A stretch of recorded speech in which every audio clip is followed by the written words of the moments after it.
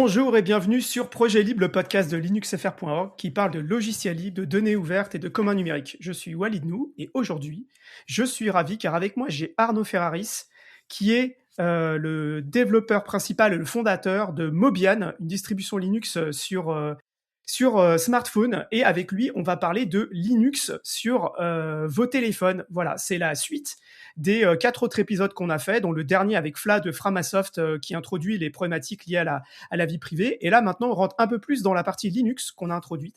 Et donc avec Arnaud, on va faire un panorama, on va vous expliquer où est-ce qu'on en est, les différentes possibilités que vous avez, les problèmes rencontrés, à quoi s'attendre dans le futur ou pas. Voilà, donc ça va être très sympa. Bienvenue Arnaud, bienvenue sur le podcast Projet Libre.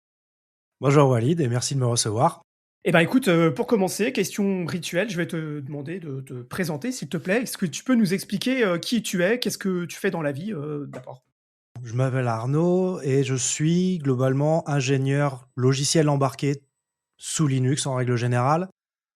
D'une manière générale, on va dire que je suis un geek de très haut niveau et au fur et à mesure finalement des orientations, choix de carrière, j'ai fini par m'orienter vers le logiciel embarqué et le hasard a fait que j'ai pu trouver du travail dans le domaine de Linux embarqué. Et depuis, donc ça remonte à 2013, donc ça fait 13 ans déjà et depuis je continue sur cette voie et actuellement donc je travaille chez Collabora pour, des clients assez variés, que ça peut être, Google, Mediatek, et d'autres, où justement je fais du développement assez bas niveau, au niveau bootloader et noyau pour des systèmes Linux. Comment est-ce que tu es tombé dans le logiciel libre? Comment est-ce que ça s'est passé et c'était quand? Alors c'était une très longue histoire, ça a démarré en 99 ou 2000 si je me rappelle bien. En fait, à l'époque, j'étais très jeune étudiant. Première année de fac après une prépa, qui s'était pas forcément très bien passée et j'étais déjà passionné d'informatique, mais on va dire de loin. J'ai eu des ordinateurs, depuis l'âge de 8 ou 9 ans, mais je m'en servais, on va dire, comme d'une console de jeu améliorée. Arrivant, fin d'adolescence, début d'âge adulte, j'avais envie d'aller plus loin, de comprendre comment les choses marchaient, d'apprendre la programmation. J'avais du temps libre justement sur cette première année de fac, donc j'ai voulu m'y mettre et j'étais sous Windows. Les possibilités pour un environnement de développement, c'était des choses comme, Visual C++ de Microsoft, il y avait aussi Borland C++ Builder, mais on était que sur du logiciel propriétaire et bien évidemment payant. Donc j'ai fini par entendre parler de Linux et du logiciel libre sous l'aspect d'abord de la gratuité. Donc j'ai commencé à m'y intéresser, à installer une première distro et au final, j'ai testé, tout un paquet de distributions, assez rapidement. Les distributions de l'époque, donc Red Hat, SUSE qui existait déjà, Mandrake qui a disparu, quelques autres aussi, historiques. Donc voilà, j'ai commencé à me passionner finalement pour Linux d'un point de vue purement, technique utilisateur. J'ai ensuite migré vers Linux from scratch, histoire de vraiment bidouiller complètement mon système de A à Z. Ce faisant, finalement, j'ai plongé, on va dire, dans l'écosystème qui existait autour de Linux, c'est-à-dire l'écosystème du logiciel libre d'une manière générale. Donc j'ai adhéré petit à petit à la philosophie et aux pratiques, on va dire, et aux problématiques liées à ça, sans être utilisateur exclusif de logiciels libres dans un premier temps. J'étais, comme on dit, un pragmatique et notamment pendant toute une période de, je crois, 2003 à 2010, j'ai utilisé macOS, qui était à l'époque un système assez révolutionnaire parce qu'une base Unix, un système avec lequel on pouvait bidouiller, dans lequel on pouvait aller farfouiller et configurer un petit peu à sa sauce dans une certaine mesure. On n'avait bien sûr pas le degré de personnalisation qu'on avait sous Linux. Mais comme je n'étais plus étudiant à ce moment-là et que j'avais moins de temps aussi à consacrer, ça faisait un bon entre-deux. Et petit à petit, finalement, Apple a commencé à fermer le système jusqu'à un point où c'était devenu trop pour moi. J'ai voulu retrouver ma liberté d'une certaine façon et je suis revenu sous Linux, que j'ai pas quitté depuis. Et j'ai eu la chance depuis 10 ans maintenant d'utiliser exclusivement Linux au travail également. Donc voilà, plus ça va et plus je n'utilise que du libre et que des systèmes basés sur Linux. Donc là, tu l'as pas mentionné, mais donc toi, tu es fondateur de Mobian. Tu es dans l'écosystème Debian aussi. Tu es développeur Debian? Alors je suis développeur Debian, mais finalement c'est venu grâce à Mobian plutôt que l'inverse. J'ai mentionné mon passage, Linux from scratch, donc tout début des années 2000. Quand j'ai voulu quelque chose d'un peu plus stable et d'un peu plus abouti quand même, j'ai fini par retester différentes distributions. Donc c'était à l'époque où, Debian version 3 est sortie, donc on est quelque chose comme 2002-2003 de mémoire et finalement je me suis arrêté sur Debian qui était au fond beaucoup moins compliqué à utiliser que ce qu'on en disait. Peut-être aussi parce que j'avais passé 2 ans à bidouiller des scripts shell, des installs de packages sans package justement, sur mon PC.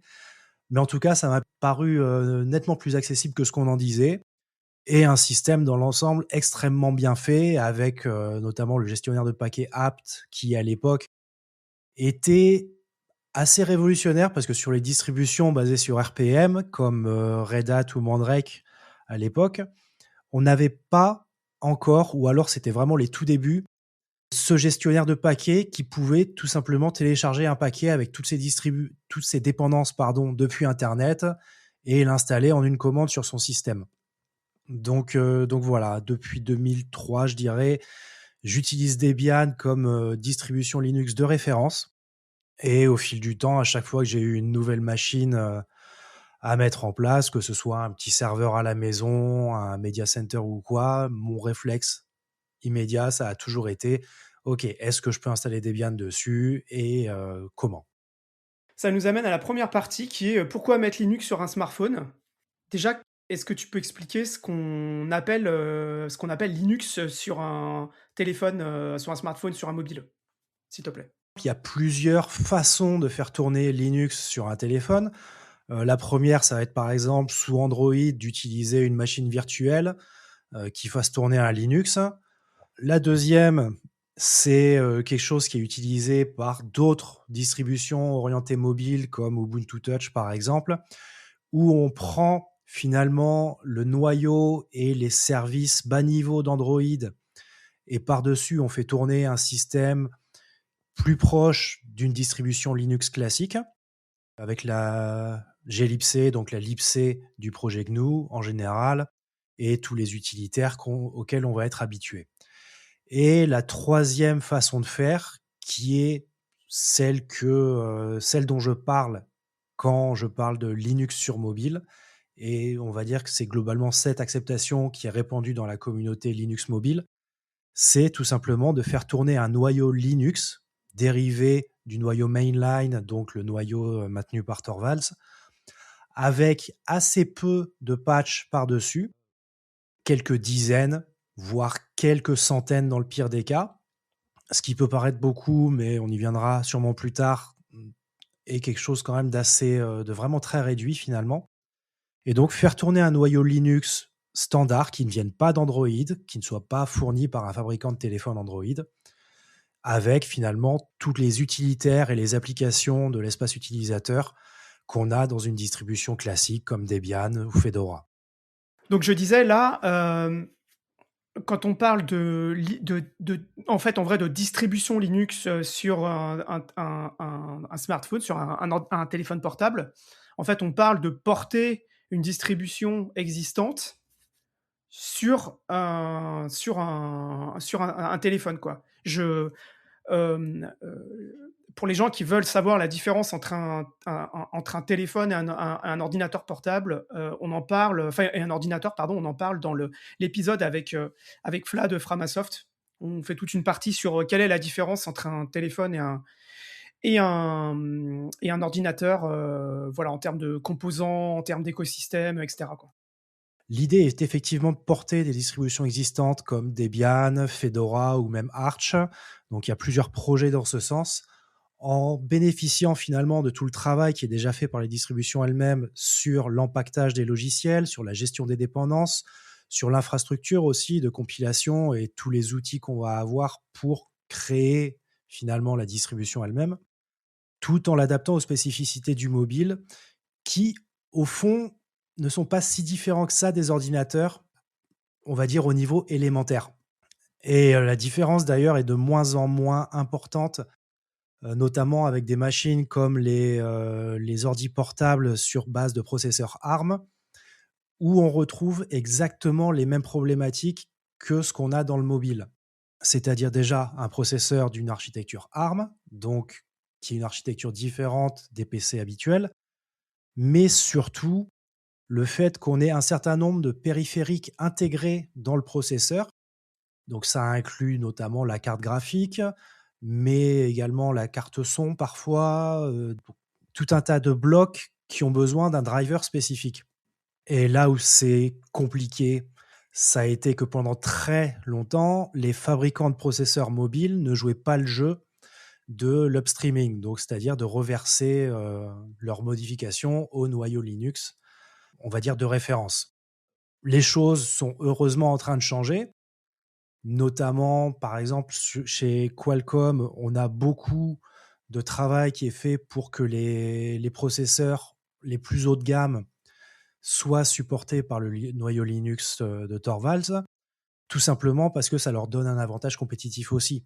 Ça leur permet voilà, de mettre en avant ça auprès de leurs acheteurs professionnels en particulier, mais aussi dans l'IoT et l'automobile, où autant un fabricant de téléphone va vouloir que les gens renouvellent leur téléphone tous les 2 ans et donc au bout d'1 an ou 2, on arrête de supporter, tel modèle parce que de toute façon, on veut que les gens le remplacent.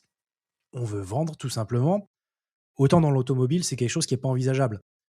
Une voiture, elle a vocation à rester en état de marche pendant au moins une dizaine d'années et un fabricant automobile va demander spécifiquement au fabricant du processeur d'assurer un support logiciel sur une durée qui est quand même assez longue et extrêmement longue, même si on prend comme référence la durée de vie des téléphones. Donc il y a du changement. J'ai parlé de Qualcomm, Mediatek, qui est l'autre gros fabricant de puces pour téléphone, essaye aussi d'attaquer les marchés IoT et automobiles et du coup se retrouve confronté aux mêmes problématiques et doit aussi s'adapter en participant à l'upstreaming d'un certain nombre de processeurs. Donc les choses de ce côté-là sont en train de changer. Mais au-delà du processeur, il y a aussi tous les périphériques physiques qui vont être accordés. L'écran, en général, a besoin d'un driver spécifique. On est aussi dans une architecture qui n'utilise pas les mécanismes qu'on a sur x86 comme UEFI au niveau du BIOS, ACPI, notamment la gestion de l'énergie, mais aussi pour, en fait, on a des tables ACPI qui sont des tables de données qui répertorient le matériel présent sur un ordinateur. Et donc ça, c'est fait par le BIOS. C'est à disposition du système d'exploitation. Et donc, sur un PC, Windows comme Linux vont aller regarder dans ces tables ACPI pour dire j'ai tel matériel disponible sur la machine, donc je vais utiliser tel driver pour tel élément.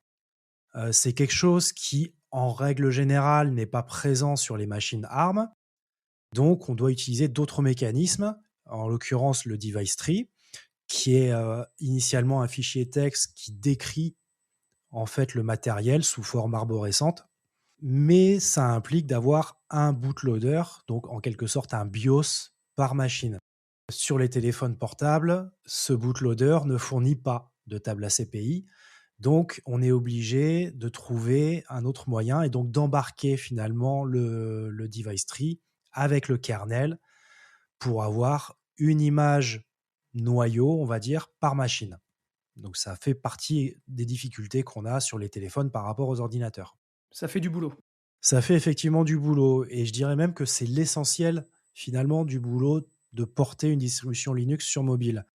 La plupart des grandes distributions maintenant, notamment avec l'arrivée des portables ARM, génèrent des paquets ARM64, hein, donc des paquets binaires qui peuvent être exécutés sur ces machines. Très clairement, les paquets qui sont prévus pour un ordinateur portable ARM sont utilisables tels quels sur un téléphone portable de la même architecture. Il n'y a aucune différence. La seule variation, le seul élément logiciel qui va varier entre une machine et une autre, quel que soit son form factor, on va dire, ça va être le noyau lui-même, le binaire du noyau, et en particulier le device tree. Mais du coup, on peut tout simplement, par exemple, au niveau Mobian, on a seulement une vingtaine de paquets Debian qui font partie exclusivement de Mobian. Tout le reste vient directement des archives Debian et on se contente soit de les maintenir directement dans Debian, soit de finalement compter sur le travail d'autres développeurs Debian pour impacter ces logiciels et on va se servir dans les FTP Debian au moment de mettre à jour ou de construire le système. Une question plus fondamentale, la question c'est, pour quelles raisons on souhaiterait pouvoir mettre Linux sur un smartphone? Qu'est-ce qui fait qu'un smartphone Android, on a envie de changer pour mettre Linux dessus? Qu'est-ce qu'on gagnerait à faire ça? J'aurais dû commencer par cette question d'ailleurs. Ça dépend effectivement beaucoup des utilisateurs. En ce qui me concerne, la raison numéro un, c'est tout simplement parce que je peux, parce que c'est rigolo et parce que, bah, ça me permet finalement de faire comme avec toutes mes machines. Comme je le mentionnais plus tôt, j'utilise Debian sur tous mes PC, mes serveurs et cetera et donc pourquoi pas sur mon téléphone aussi? Finalement, c'est jamais qu'un ordinateur dans un format de poche. Ma motivation personnelle, à la base, c'est ça et donc ça peut être une des raisons d'utiliser Linux sur mobile. Une autre raison, c'est le contrôle total qu'on va avoir sur le système. Que ce soit avec Apple ou avec Google, on est toujours dans un cas de figure où le distributeur, le développeur principal, en tout cas l'entreprise qui gère le système d'exploitation, beh, contrôle les éléments bas niveau et sur Android, à part les quelques projets complètement open source qui existent et qui, dans l'ensemble, fournissent une base complètement open source, on va avoir toujours des services propriétaires et des applications propriétaires qui vont tourner en tâche de fond et dont on ne sait pas finalement ce qu'ils et elles font. On a beaucoup de «fuites» entre guillemets de données, parce que je mets «fuite» entre guillemets parce que c'est le fonctionnement normal en fait de l'application. Le fonctionnement normal d'Android, c'est d'envoyer la position GPS du téléphone à Google à chaque instant. Et finalement, dans ces systèmes d'exploitation-là, tout est fait pour récolter un maximum de données. Un OS mobile, c'est avant tout un aspirateur à données personnelles. Donc, installer un système purement Linux sur mobile, c'est déjà s'affranchir de ça. C'est garder le contrôle de ses données et garder le contrôle de son informatique. Et donc, par corollaire, quand on s'inquiète aussi du respect de sa vie privée, c'est le moyen, on va dire, assez ultime de protéger sa vie privée. Est-ce que tu vois d'autres, raisons supplémentaires, qui te pousseraient à faire ça? Je pense en particulier, une des problématiques, principales qu'on a avec Android, c'est qu'en fait, le fournisseur, de ton téléphone, il te fournit un téléphone Android avec une version du noyau Linux et cette version du noyau Linux, elle bouge assez peu finalement pendant la vie du téléphone, peut-être, 1 ou 2 mises à jour, grand maximum. Donc le noyau Linux à jour est un des arguments, notamment en termes de sécurité, parce que typiquement les noyaux Android fournis par les fabricants, déjà quand le téléphone sort, c'est un noyau qui a plusieurs années, on va dire au minimum 2 à 3 ans, puisqu'on parle d'un noyau donc déjà qui a un support à long terme, qui va être modifié notamment par Google, pour ajouter un certain nombre d'éléments spécifiques à Android, puis par le fabricant du processeur pour ajouter le support de la puce, puis finalement par le fabricant du téléphone lui-même pour ajouter les drivers manquants, que ce soit par exemple pour l'écran, les amplis audio, le lecteur d'empreintes digitales et cetera. Donc on se retrouve déjà avec un noyau Linux qui est assez ancien dès la sortie du téléphone.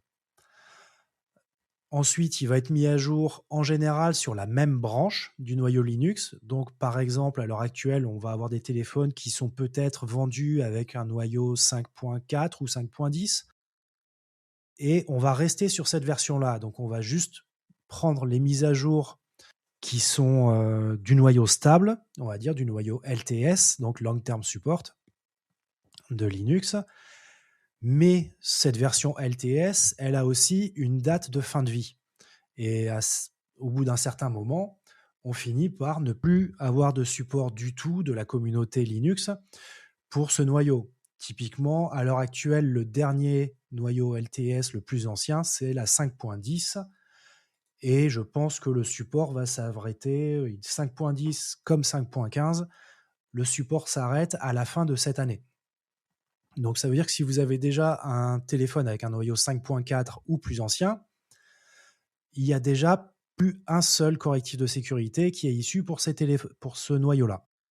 Donc ça pose déjà potentiellement un problème de sécurité.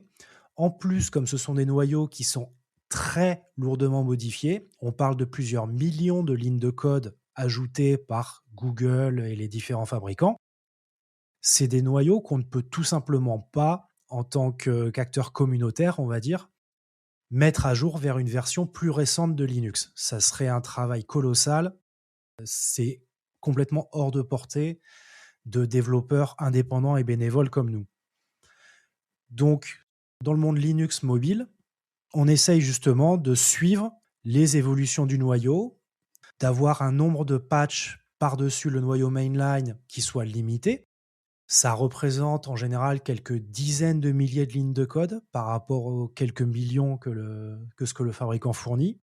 Et du coup, c'est possible pour un seul développeur de maintenir un noyau et de le tenir à jour par rapport à la dernière version du noyau Linux officiel sans trop de difficultés.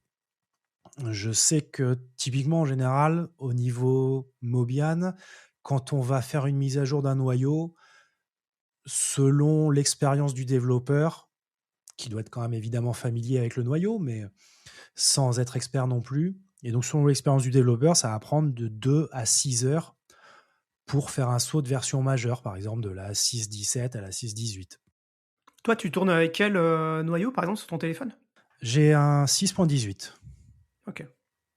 sachant que mon téléphone, en l'occurrence, c'est un Google Pixel 3a qui est sorti il y a de nombreuses années et qui n'est plus supporté par Google depuis très longtemps. Un autre point qui semble évident, mais qu'il faut quand même dire, c'est que ça permet aussi de prendre des vieux téléphones et de prolonger leur durée de vie aussi, quoi. Absolument, on se rend compte finalement que des téléphones qui sont sortis il y a 6 ou 7 ans sont parfaitement utilisables sous Linux. Alors, à condition évidemment que des développeurs aient fait le travail de porter le noyau Linux mainline sur cette machine, bien sûr. Mais en termes de rapidité, de performance en règle générale, c'est des machines qui sont parfaitement utilisables. Et un des téléphones de référence de la communauté Linux mobile, c'est le OnePlus 6, qui a au moins 8 ans, il me semble, si ce n'est plus. 2018. Moi, j'ai un OnePlus 6T. C'est un quad-core, 8 Go de RAM, et ça marche super bien. Et Et avec un voilà. noyau 6.17, et ça marche vraiment très très bien. Ok, donc ça c'est super intéressant. Les auditrices, auditeurs pourraient se dire, bah d'accord, bah c'est super, je vais passer sur un Linux sur mobile, parce que ça a l'air vraiment super, quoi.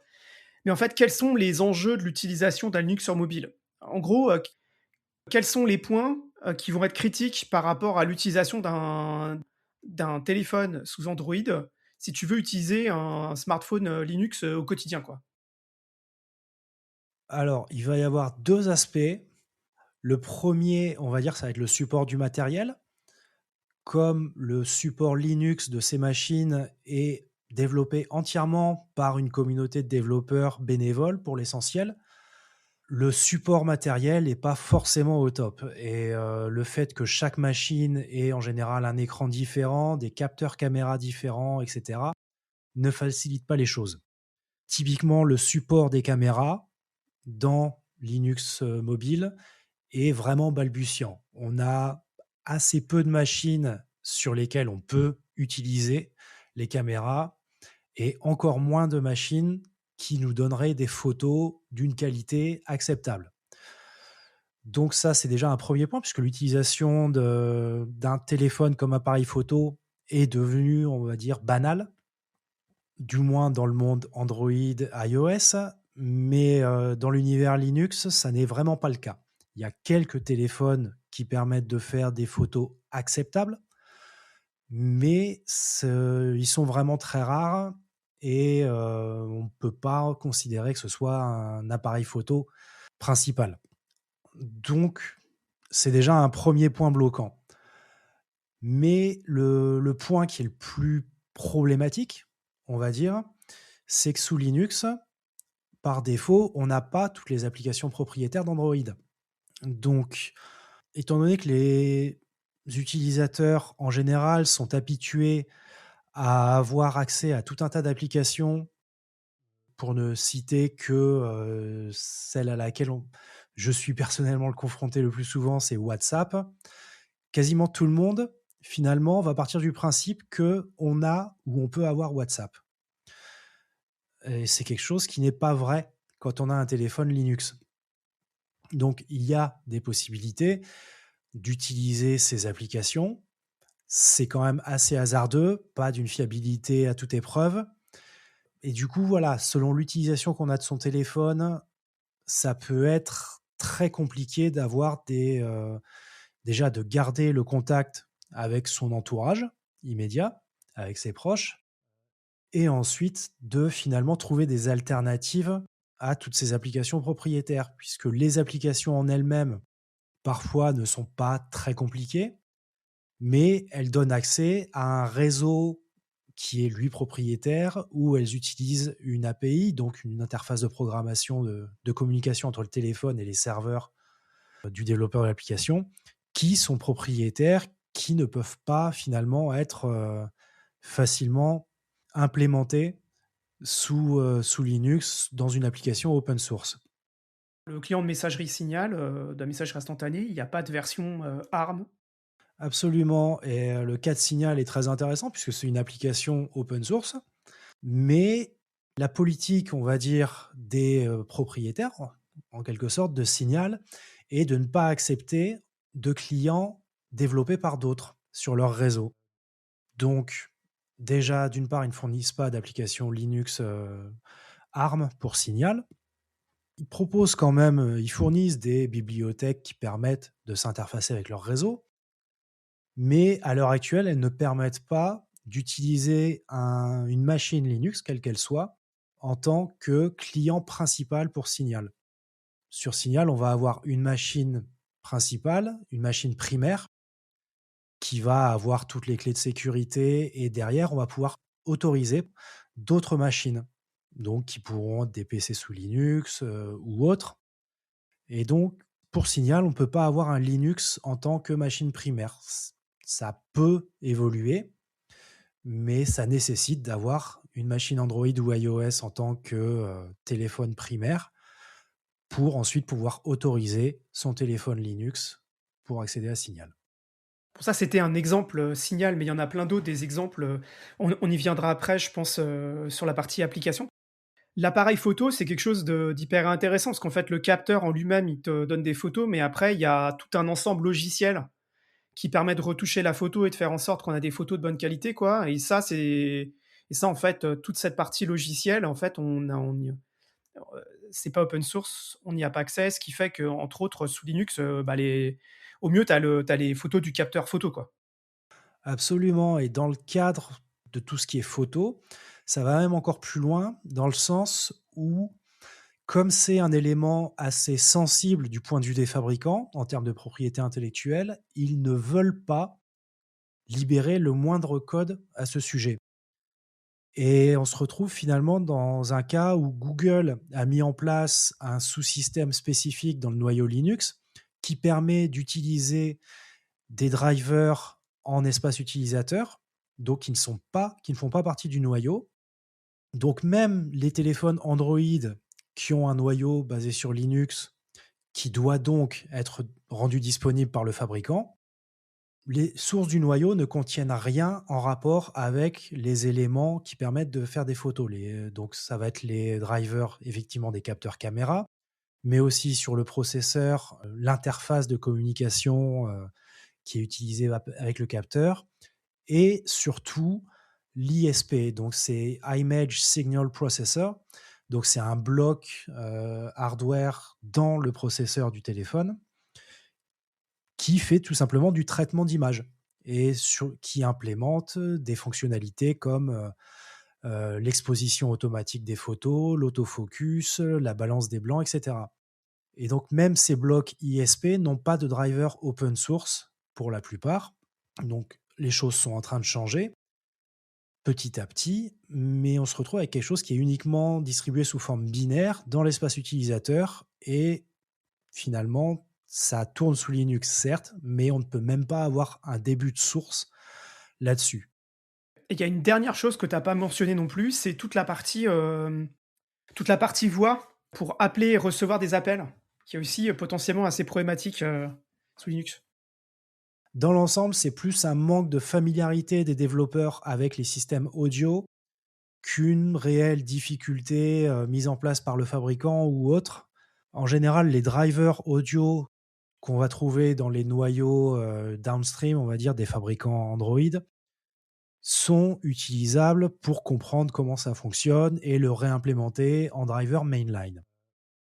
L'audio sous Linux reste quelque chose d'assez complexe et notamment, on a toute la partie ALSA derrière, avec, notamment des configurations par machine pour indiquer qui est le haut-parleur, quel est le micro et cetera, comment tout ça doit s'organiser. Donc attends, ALSA? ALSA, ça représente en fait essentiellement l'API du noyau Linux vers l'espace utilisateur, mais aussi un certain nombre de bibliothèques et d'utilitaires en espace utilisateur pour communiquer avec le noyau. Donc c'est un système assez vaste et sur lequel s'appuie en fait toute la pile audio derrière. Pulse, comme Pipewire vont utiliser les API ALSA pour communiquer avec le noyau, etc. Du coup, tout ça fait que l'audio sous Linux est vraiment complexe.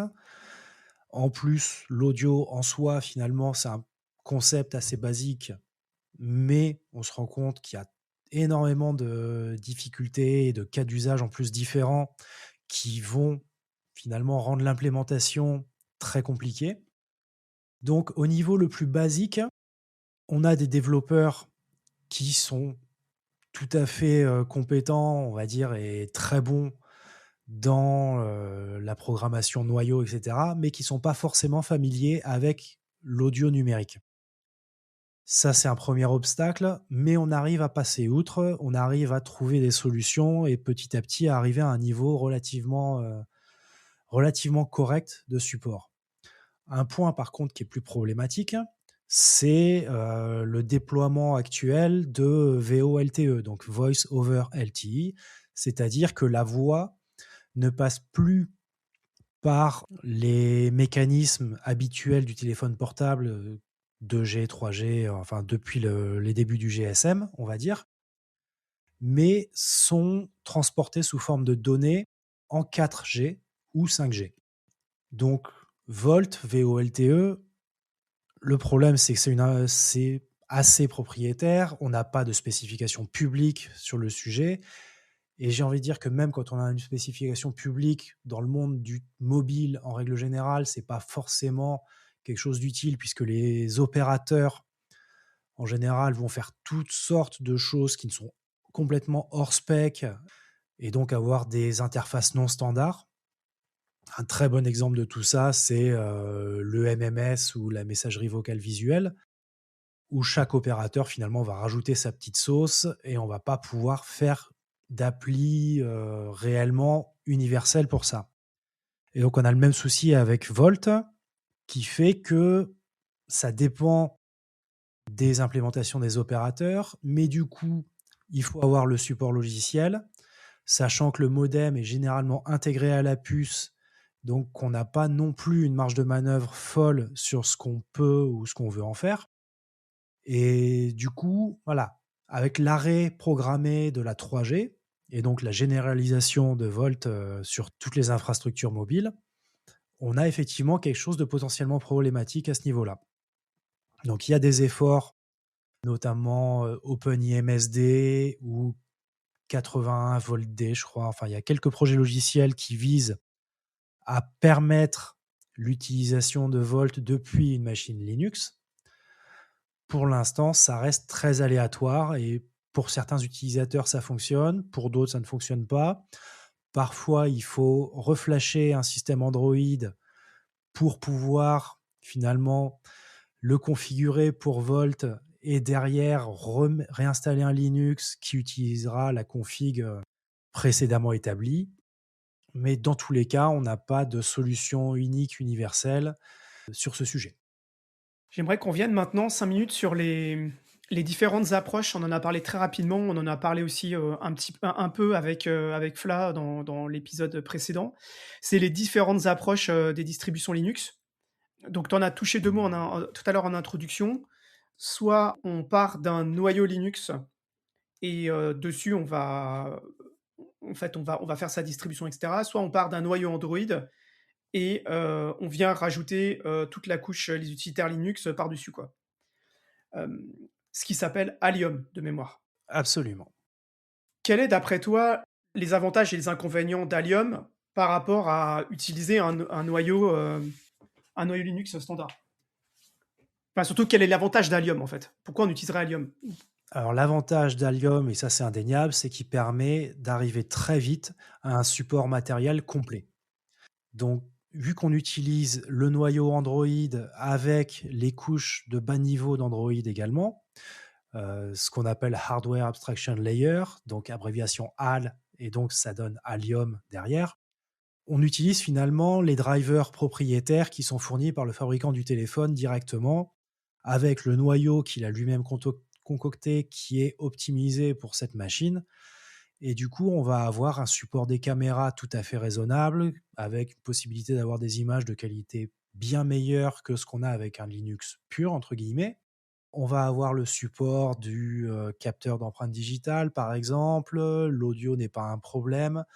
En règle générale, Volt, dont j'ai parlé tout à l'heure, fonctionne aussi de la même façon que sous Android. Voilà, Allium permet d'avoir rapidement un système Linux fonctionnel et un support assez complet du matériel du téléphone pour une machine donnée. Pardon, tu sais d'où ça vient, Allium? Qui c'est qui a commencé à travailler là-dessus? Alors, il me semble que c'est Sailfish OS. C'est quelque chose, je ne sais pas si ça date de l'époque d'avant Sailfish, donc MeeGo, les anciens de chez Nokia, mais il me semble que Sailfish a été très impliqué là-dedans et qu'ils ont notamment développé libIbris, qui est à la base finalement de Allium, mais je ne suis pas certain du tout. Ça mériterait d'aller fouiller un petit peu plus au niveau de l'historique. Et tu sais quelles, distributions, ont décidé d'utiliser Allium? Oui, on a la plus grosse, ça va être Ubuntu Touch finalement. C'est en plus une décision assez logique de leur part, on va dire, dans le sens où Ubuntu Touch a été lancé à la base par Canonical. Donc c'est un projet d'une entreprise qui cherche à avoir un résultat, un produit à mettre sur le marché. Et déjà à l'époque, les fabricants de téléphones, fournissaient un téléphone, même les fabricants, on va dire OEM, pouvaient fournir un téléphone sous Android et après charge derrière au donneur d'ordre, on va dire, au commanditaire, d'adapter l'Android, et cetera. Mais ils n'ont jamais fourni un téléphone avec un noyau Linux mainline. Donc en tant qu'entreprise, la réponse logique, si on veut mettre sur le marché un téléphone sous Linux, c'est effectivement de prendre ce téléphone Android, derrière de rajouter Allium et de mettre un Linux par-dessus.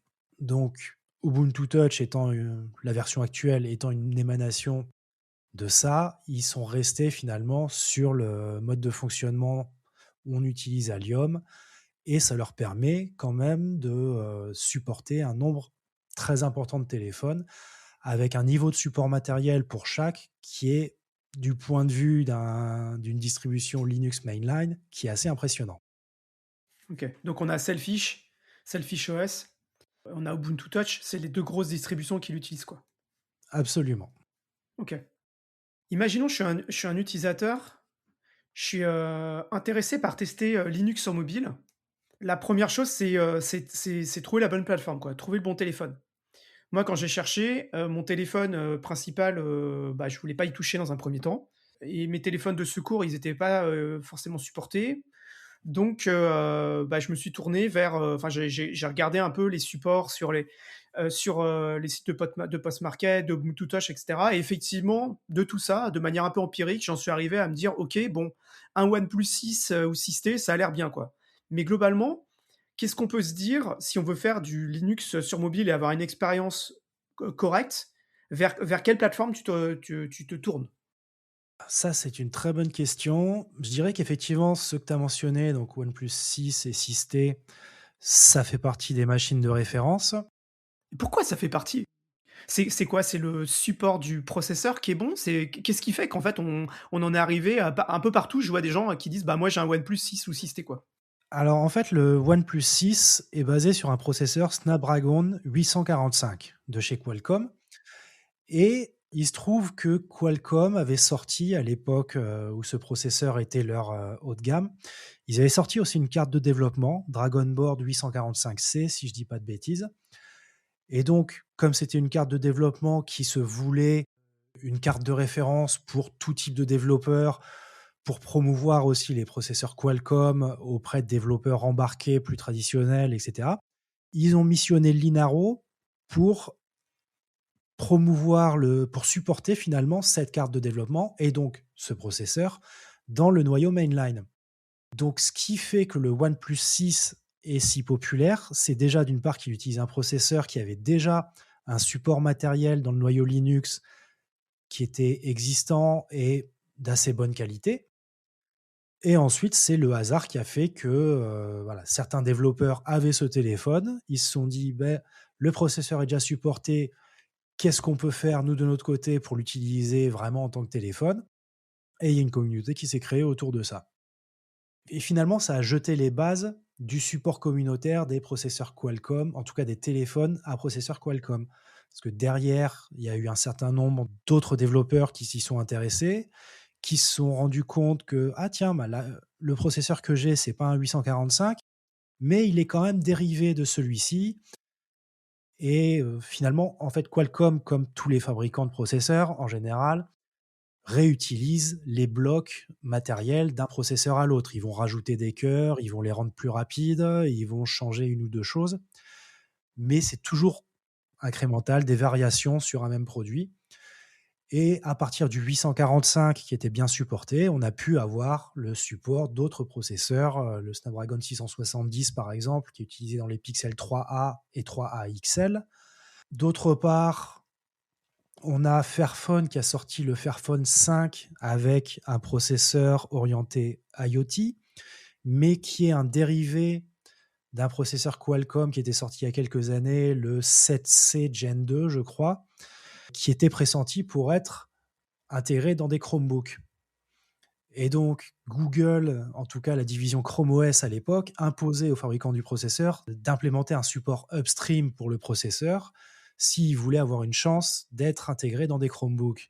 Donc, le travail d'upstreaming pour le Snapdragon 7C Gen 2 a été fait également. Et comme le processeur du Fairphone 5, tout comme le Shift 8 d'ailleurs, étant basé, c'est même plus que basé, c'est quasiment le même processeur en fait, juste sous une appellation différente, bah, ça permet d'avoir un support matériel déjà relativement avancé pour ces machines-là. Et finalement, on se retrouve dans un cas où de plus en plus de processeurs de base, en tout cas chez Qualcomm, sont supportés dans le noyau mainline. De plus en plus de développeurs s'y intéressent, décident d'implémenter les drivers pour l'écran tactile et deux, trois autres petites choses.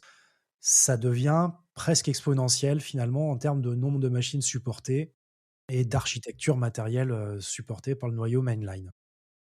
Je mettrai, dans la transcription des liens vers, je pense conférence du FOSDEM de cette année sur le support de je sais plus quelle version de processeur, Qualcomm, mais il y a toute une conf assez technique là-dessus qui est assez intéressante.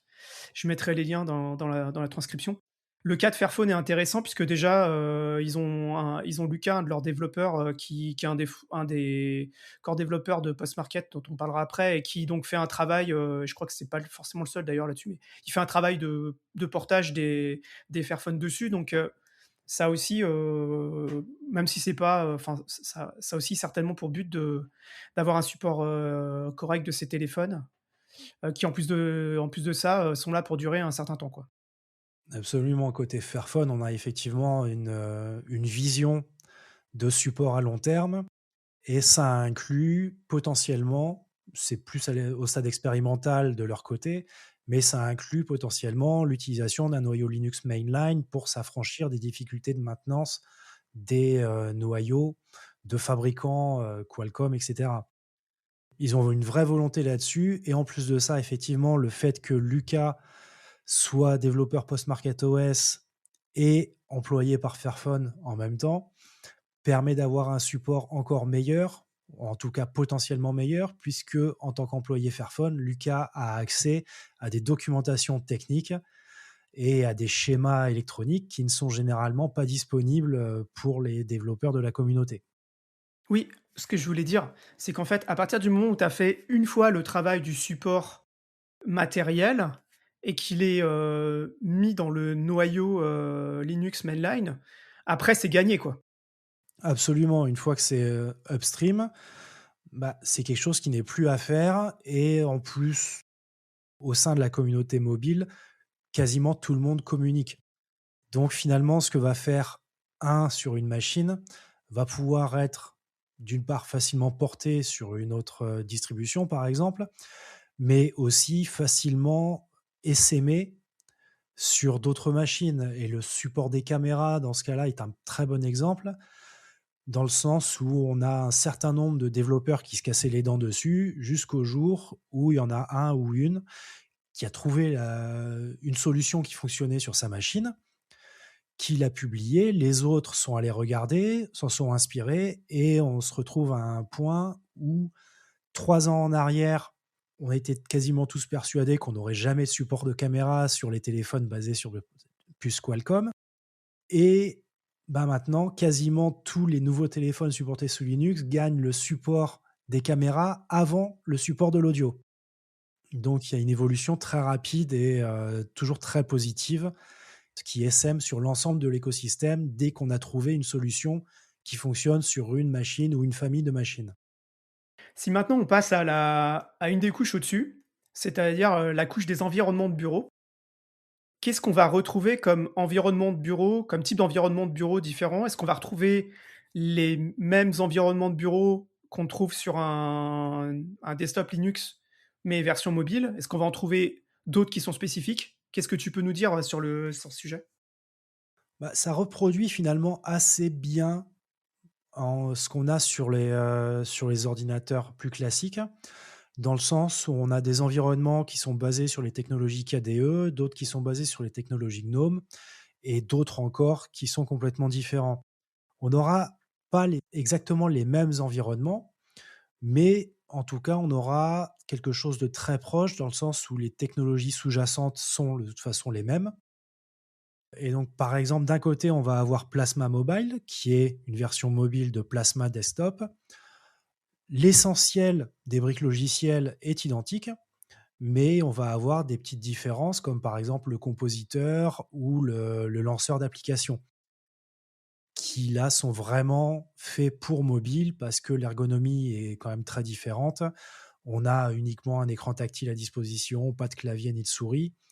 Donc, il y a des choix d'ergonomie qui sont différents. Mais finalement, l'essentiel des briques logicielles vont être identiques. Et de la même façon, on va avoir le pendant GNOME. Donc là, pour le coup, on a deux environnements. Foch, qui utilise les technologies GNOME, notamment les processus en tâche de fond, mais la partie visuelle, le compositeur, Wayland, donc tout est basé sur Wayland par contre, en règle générale. Le compositeur et l'environnement graphique, d'une manière générale, sont des projets spécifiques, vraiment dédiés au mobile.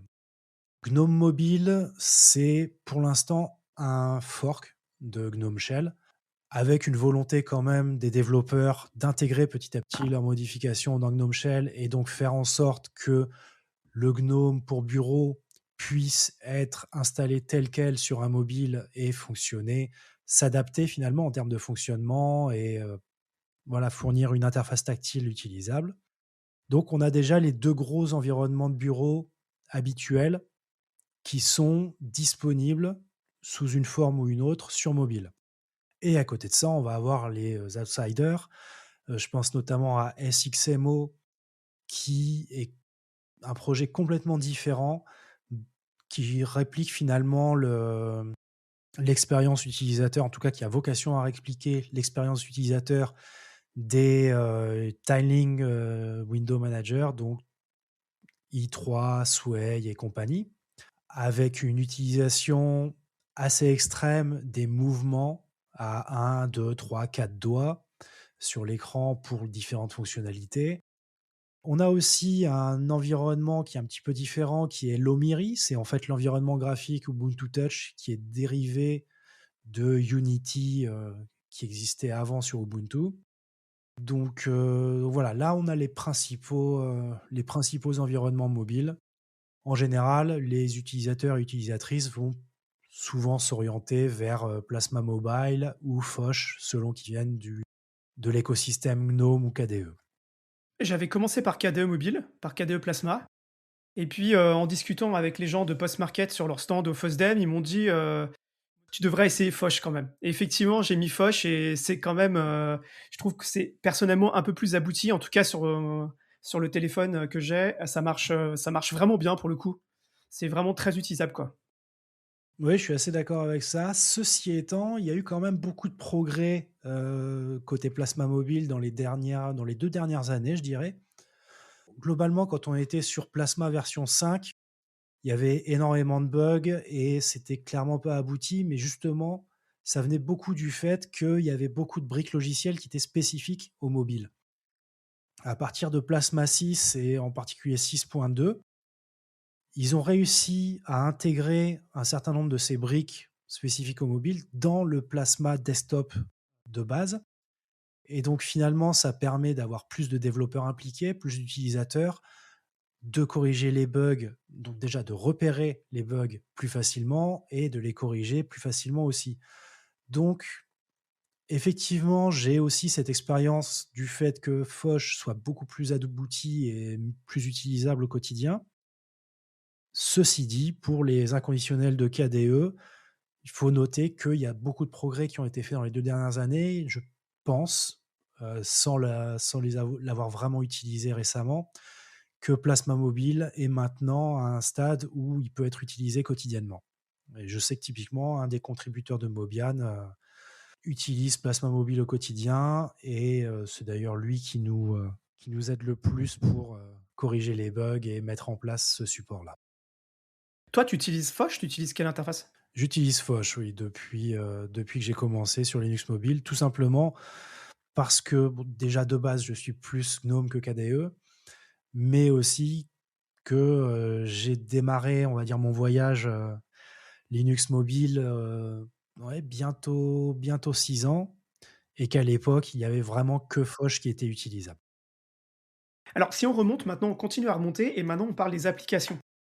Là, c'est un gros sujet, parce que ce qu'on a dit tout à l'heure, c'est que, même si on va en parler après pour, expliquer qu'il y a quand même quelques moyens de le faire, mais globalement, on se retrouve avec un Linux et pas un Android, donc par défaut, sans rien faire, on peut pas faire tourner d'application, Android. Les applications, c'est un vrai sujet, à la fois parce que la suite du desktop Linux, elle fournit des applications et donc ben, il faut trouver la bonne pour faire, ce dont on a besoin, quoi. Moi, par exemple, un des exemples, c'est, pour me lire les podcasts, j'utilise, AntennaPod. Ben, en fait, AntennaPod, il y a pas de version Linux. Bon, bah, en fait, finalement, j'ai découvert qu'il y avait GNOME Podcast, c'est très sympa et voilà et je me suis mis à utiliser GNOME Podcast, sur le téléphone sous Linux. Donc il y a un travail à faire de trouver les applications. Il y a aussi des problématiques, par exemple, j'utilise, KeePass XC, KeePass XC sur mon desktop Linux, donc un client pour KeePass. Bah, il existe sous Linux, mais l'interface, elle est pas du tout adaptée au téléphone. Donc on se retrouve avec un client qui est complètement, inutilisable, quoi et donc en cherchant, bah, je suis tombé sur Secret, qui est une autre application, pareil, qui supporte le format KeePass et qui fonctionne très bien. Donc en fait, il y a à la fois des applications qui existent, d'autres qu'on peut utiliser telles quelles, mais qui sont pas du tout adaptées au mobile. D'autres c'est que comme Signal qui n'existe pas. Qu'est-ce que tu peux nous dire un peu là-dessus? Déjà, un premier point, c'est quand on est sur les environnements, les 2 gros environnements que sont KDE et GNOME ou du coup Plasma Mobile et Foch sur mobile, on bénéficie quand même d'un écosystème assez complet d'applications qui sont faites pour fonctionner ensemble et qui sont mises en avant comme étant, voilà, telle application correspond à ça. Notamment dans l'écosystème Gnome que je connais le mieux, on a un client, pour les podcasts comme tu le mentionnais, on a un agenda, on a un gestionnaire de contacts et cetera. Avec une volonté en plus des développeurs d'adapter leur application au mobile. Donc on a finalement beaucoup d'applications basiques qui fonctionnent d'emblée, qui sont exactement les mêmes applications que sur desktop. Mon agenda est le même sur mon ordi portable et sur mon téléphone. Pour les contacts, pareil, le navigateur, c'est la même chose. Donc on a quand même déjà un certain nombre de solutions et si on se limite à l'écosystème, on va dire, de l'environnement graphique qu'on utilise, on est déjà bien pris par la main pour savoir quelle application, installer et qu'est-ce qui devrait fonctionner sur mobile. Donc ça, c'est déjà le premier point positif quand même sur le sujet. Ensuite, on va avoir des applications alternatives, d'une certaine façon, communautaires pour des services qui ne proposent pas d'application native Linux ou pas d'application adaptée au mobile. Dans l'exemple de Signal, par exemple, on a, un développeur qui travaille sur Flare, une application, de l'écosystème GNOME, qui a, comme je le mentionnais plus tôt, l'inconvénient de ne pas pouvoir être utilisé en tant que, que client primaire pour Signal, du moins pour l'instant. Mais voilà, les choses sont quand même pas si négatives que ça et on a des alternatives qui se développent. Pour Matrix, par exemple, qui est très utilisé dans la communauté, on va avoir des clients comme Fractal, côté Gnome, ou Neko, il me semble, côté KDE. Par exemple, il y a Tuba pour Mastodon aussi, Absolument, Tuba qui est pour très sympa aussi. oui, tu as pour Mastodon, effectivement, Tuba côté Gnome et Tocodon, je crois, côté KDE. Donc, dans l'ensemble, par rapport à ce qu'on peut faire sur un desktop Linux, on a de plus en plus de possibilités et d'applications qui fonctionnent sur les 2 et qui sont donc tout à fait utilisables sur mobile. Au niveau des applications plus lourdes, il y a aussi des évolutions positives. Je pense notamment à LibreOffice. Donc on a Collabora Office, qui est une nouvelle application qui utilise ces technologies et qui a vocation à être utilisée, également sur mobile. Et donc là, petite parenthèse, je travaille pour Collabora, donc je promeus évidemment un des produits de l'entreprise, mais c'est aussi parce que pour moi, ça reste une application importante d'un téléphone mobile. Je mettrai un lien vers la pareille conférence de une ou un de tes collègues, je sais plus, au FOSDEM de cette année qui parle justement du travail de portage de Collabora Office. D'où ça vient et les difficultés rencontrées et cetera. C'est assez intéressant. Je l'ai essayé effectivement et enfin il y a encore du travail mais c'est assez intéressant, les perspectives, quoi. Il y a encore 2 ans, utiliser un LibreOffice ou assimilé sur mobile était, enfin sur Linux mobile en l'occurrence, était du domaine du doux rêve. On n'y est pas encore, mais à l'heure actuelle, on s'en rapproche. Donc finalement, l'écart entre ce qu'on peut faire entre un ordi Linux et un mobile Linux se réduit de plus en plus. Après, on a effectivement tout un certain nombre d'applications auxquelles on a accès sur les OS propriétaires qui ne sont pas disponibles sous Linux. Alors dans beaucoup de cas, il faut modérer ça parce que finalement, les applications sont souvent juste une façon différente d'accéder à un site web. Et pour un certain nombre de services, on a derrière un site web qui est utilisable sur desktop et donc sur Linux mobile aussi. Mais on a encore effectivement des cas où, mais si on n'a pas un site web classique, on ne peut tout simplement pas utiliser le service sous Linux. Prends typiquement l'exemple des vélos en libre service.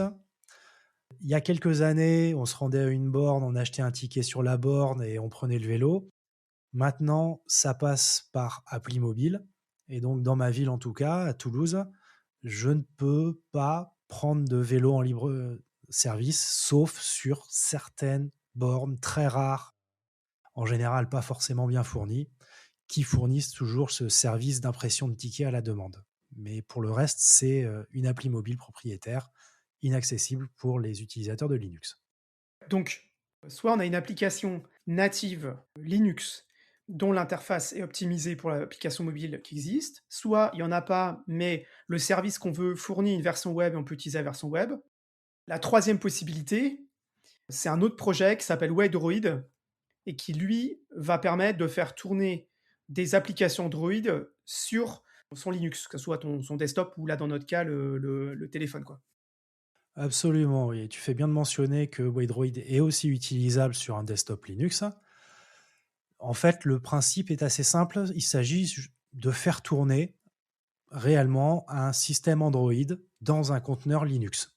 Et donc dans ce conteneur, on va pouvoir installer des applications Android et par le biais de certains mécanismes, on arrive à afficher l'interface utilisateur et à lui envoyer des commandes sous l'afficheur Linux qui est sous Wayland en général, et ça se fait de façon assez transparente.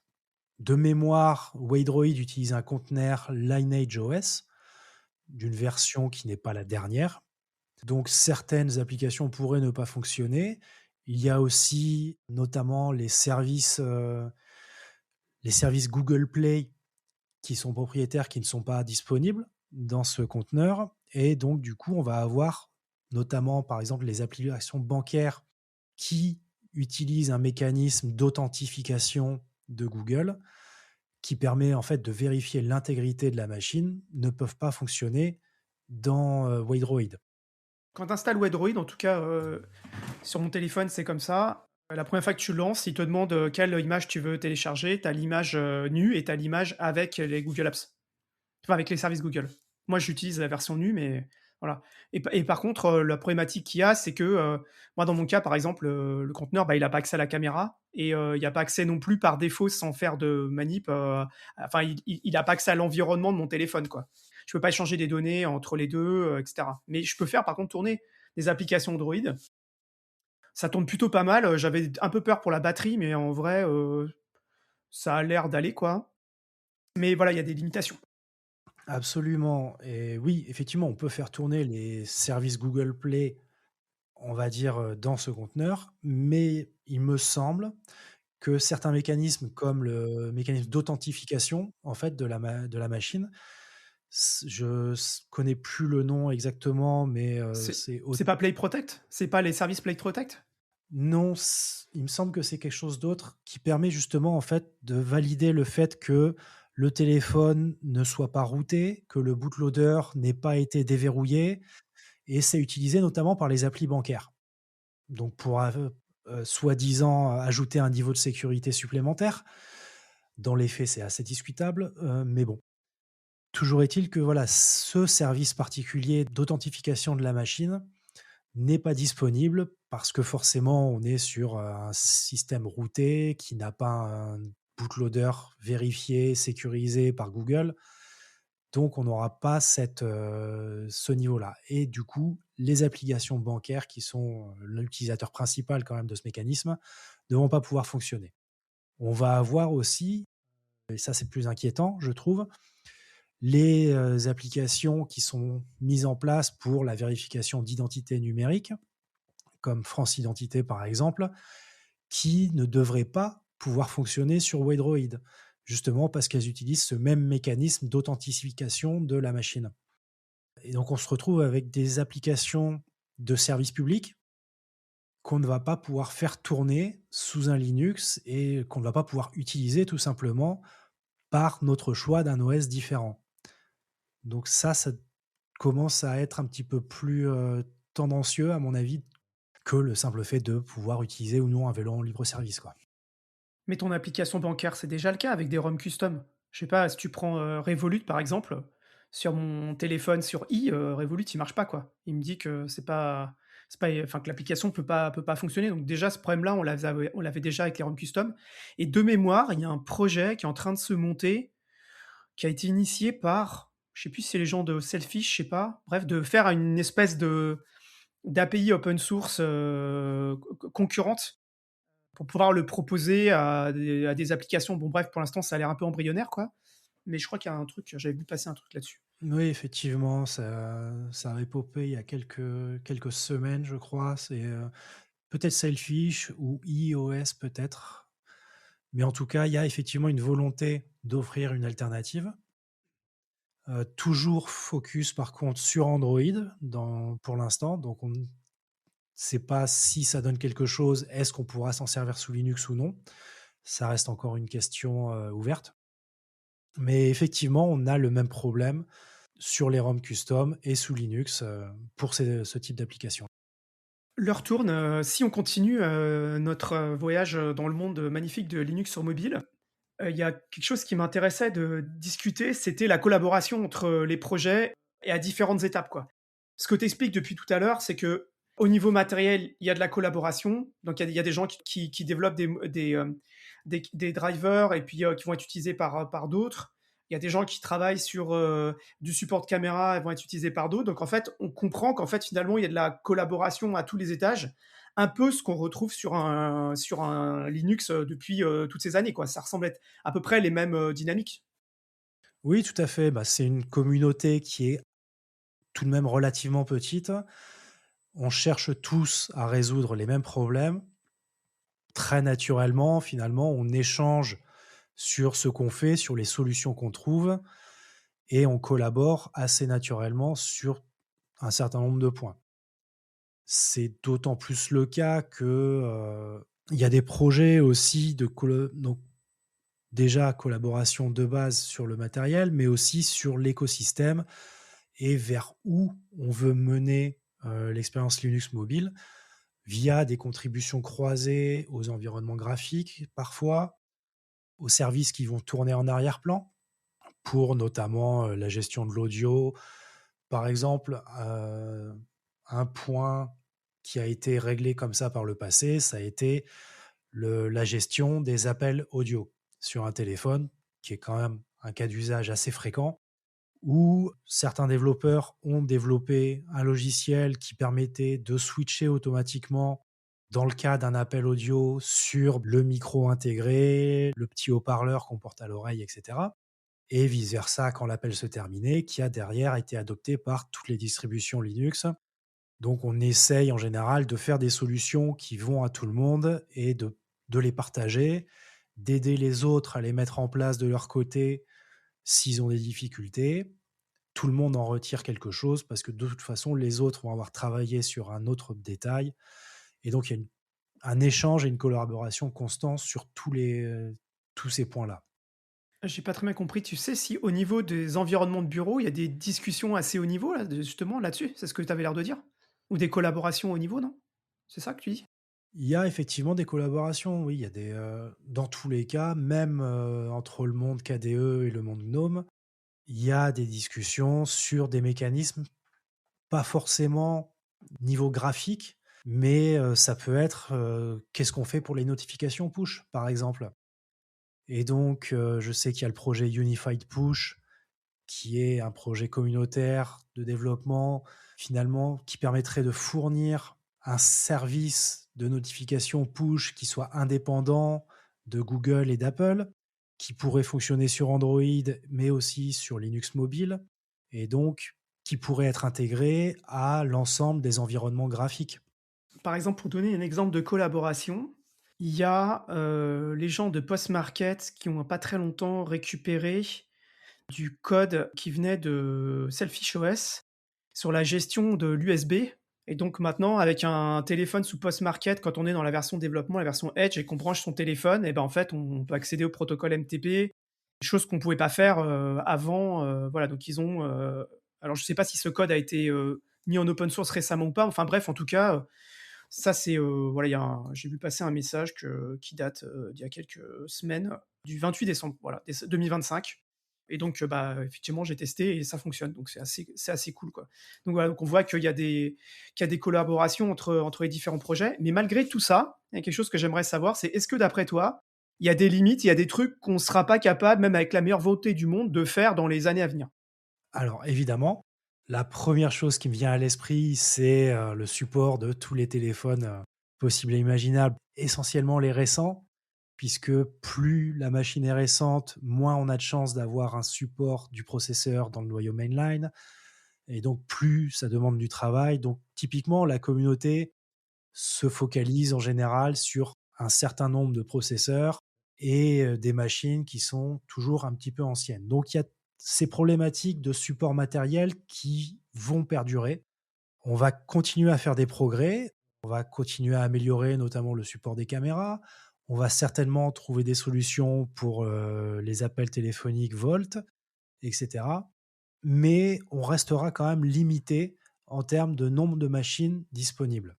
Les points qu'on n'arrivera pas à résoudre, ça va être notamment le problème des applications bancaires et de toutes les applications de ce type qui finalement partent du principe qu'un utilisateur ou une utilisatrice a forcément un smartphone Android ou iOS et donc finalement, on se retrouve dans un cas où on est un peu prisonnier des choix de la société.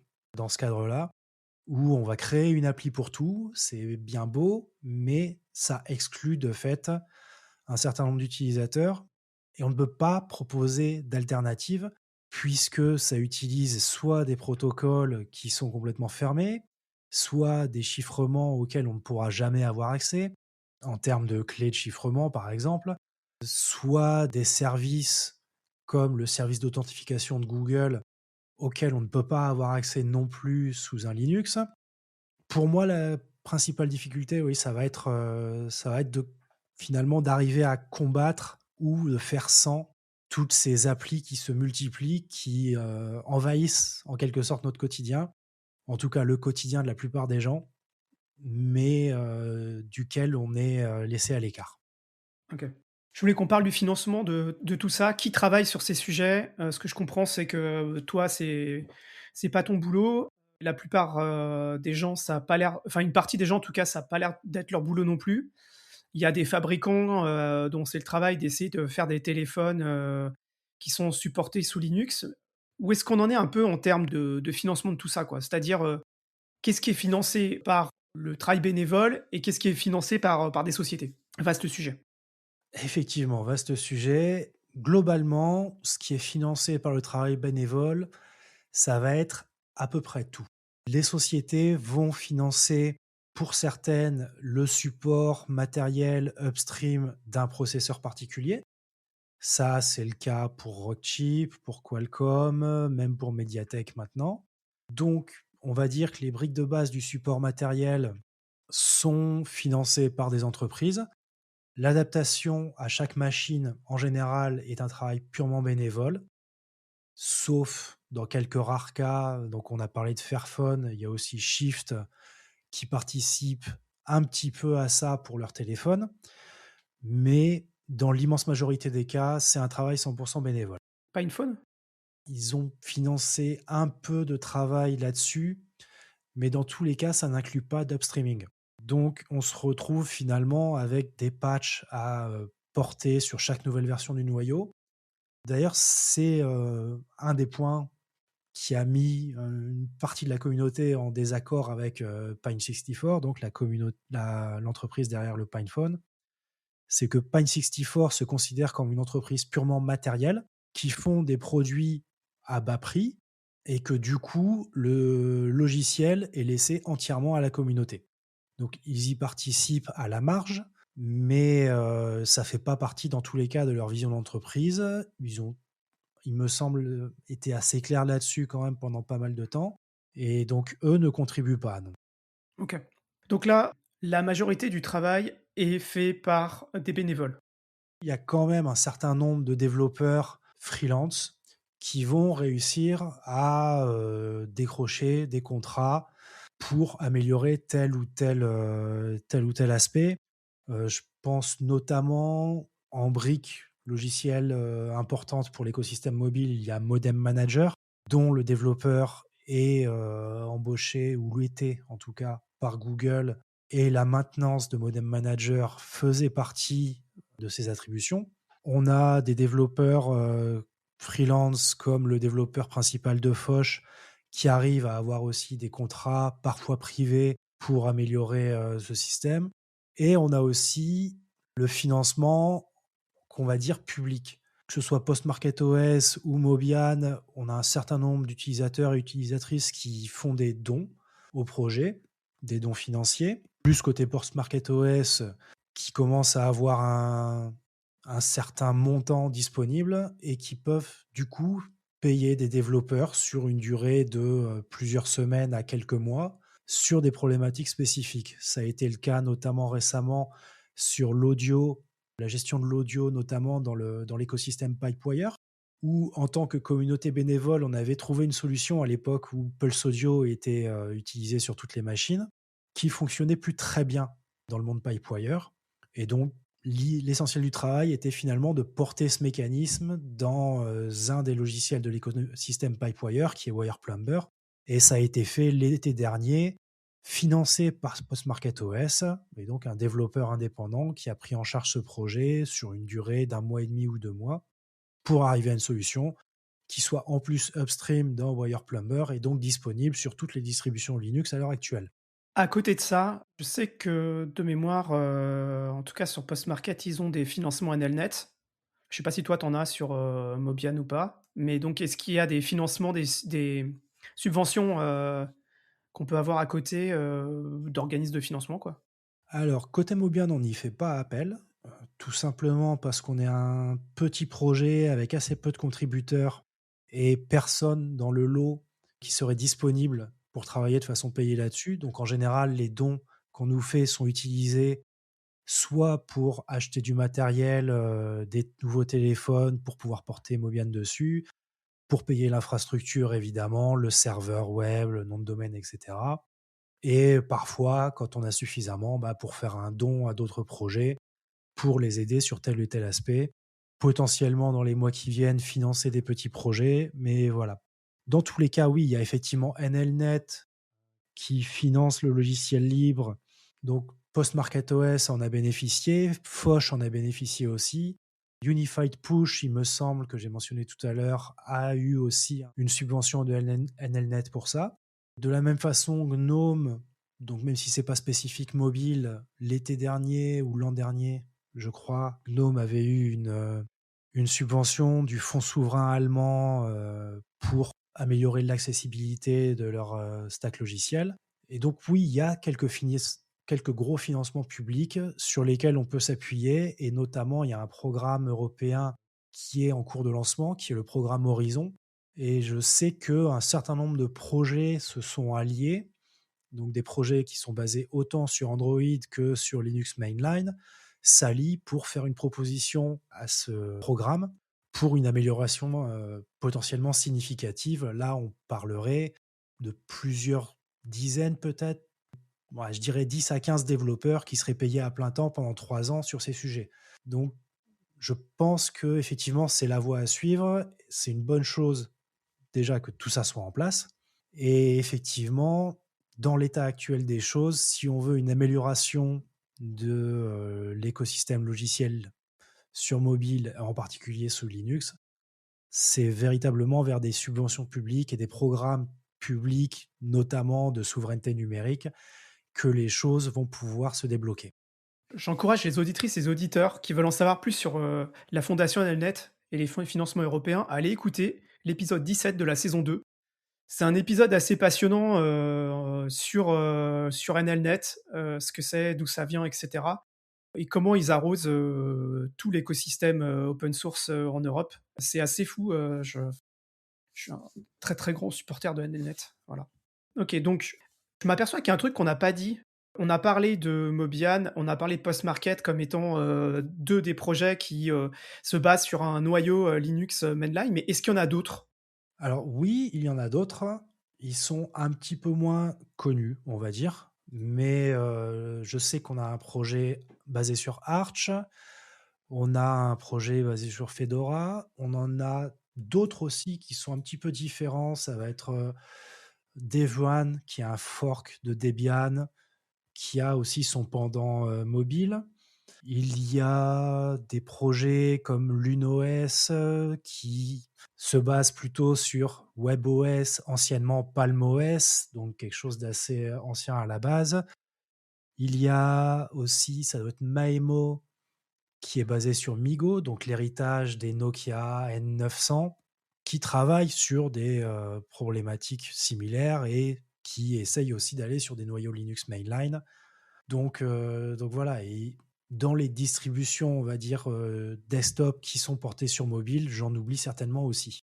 Avant de se quitter, je voudrais que tu développes un tout petit peu, et je suis assez d'accord avec ça, dans une conférence que tu as donnée au Capitole du Libre et qui m'a servi en partie à écrire la trame que je t'ai proposée. Tu disais à la fin de ta conférence, je pense que c'était toi qui disais ça, qu'on en est à peu près au même état que Linux Desktop il y a 20 ans.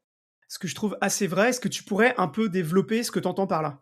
Il y a 20 ans, 20-25 ans, c'était globalement la période où moi je démarrais avec Linux, sur ordinateur, normal, Moi aussi. et du coup, on avait effectivement cette problématique de support matériel qui était permanente. Quand on voulait acheter un ordinateur, déjà on achetait en général un ordinateur en pièces détachées et on se le montait soi-même. Et donc, on devait vérifier que la carte graphique pouvait être supportée sous Linux. On devait vérifier que la carte réseau pouvait être supportée sous Linux. Il y a 20 ans, on commençait aussi à avoir le Wi-Fi et les cartes Wi-Fi avec un driver Linux étaient extrêmement rares. Au tout début, il y a eu une référence, puis une deuxième, etc.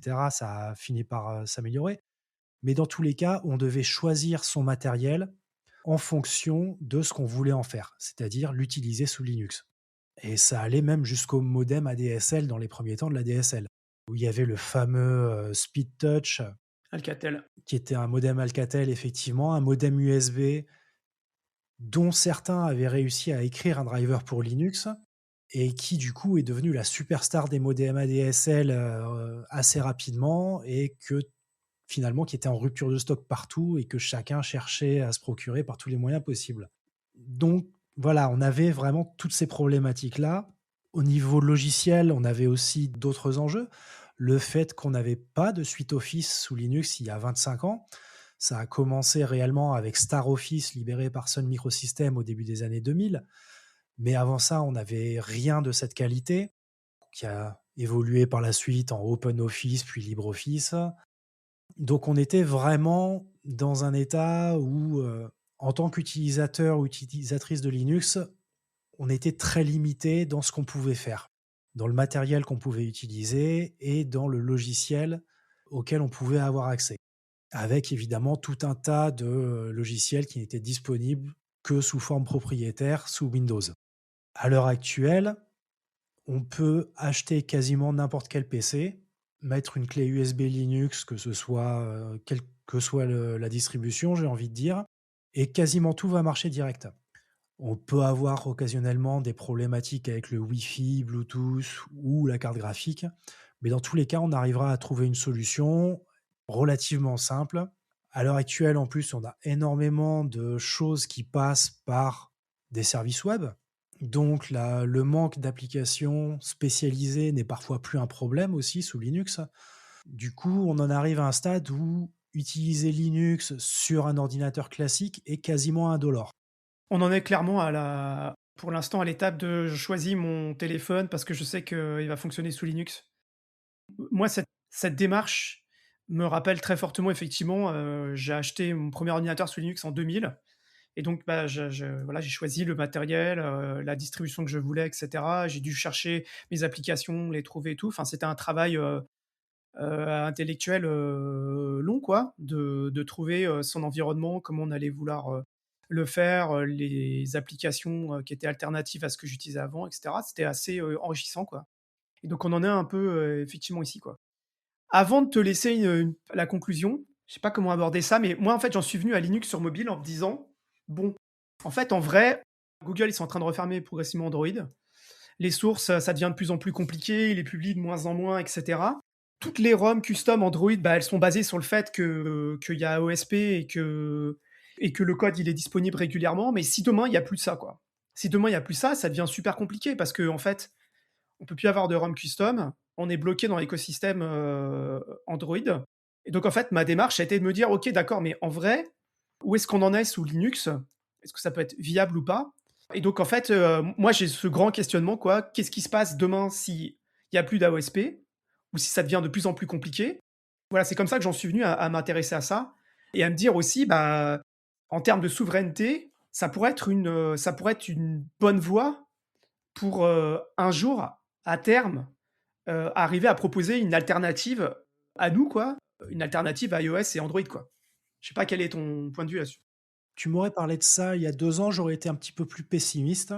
Au final, que ce soit Google et les changements qu'ils ont fait au cours de la dernière année par rapport au développement d'Android, qui se ferme effectivement de plus en plus et dont ils ne partagent les sources que ponctuellement, tout comme le contexte politique mondial, finalement tout ça, c'est une opportunité assez formidable pour l'utilisation de Linux sur mobile.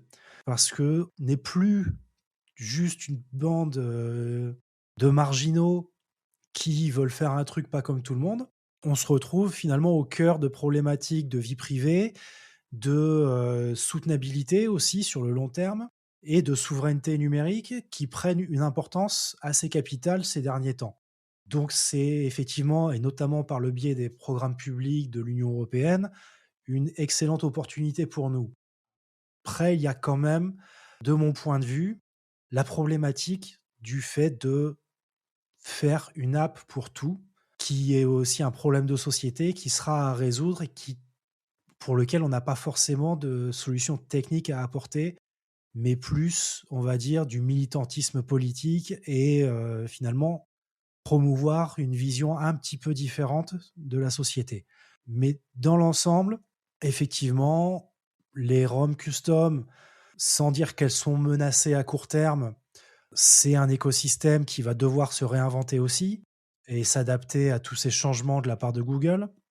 Côté Linux, ça peut nous apporter des utilisateurs et surtout, on l'espère, des contributeurs qui permettront justement de faire avancer encore plus vite et encore plus loin tout ce qu'on est déjà en train de mettre en place. Donc oui, on va dire que tout n'est pas rose, mais il y a quand même des bonnes raisons d'espérer.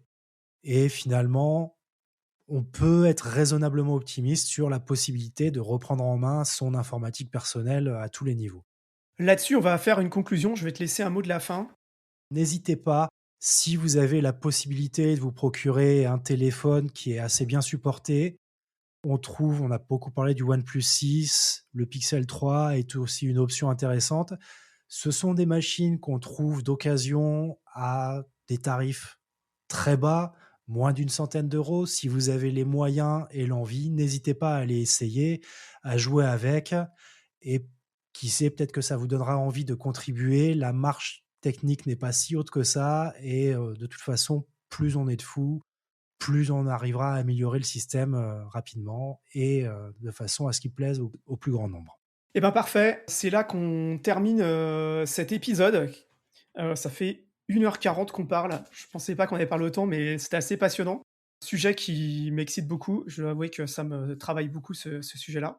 On va en reparler dans des prochains épisodes, je pense, pour creuser projet par projet. Restez à l'écoute. D'ailleurs, on va en reparler dans un épisode, dans un autre épisode assez court sur Mobian. Donc voilà, restez à l'écoute, chères auditrices, chers auditeurs. À bientôt pour des nouveaux épisodes sur le Linux sur mobile ou autre sujet. Merci beaucoup, Arnaud. À bientôt. Merci Walid, à bientôt.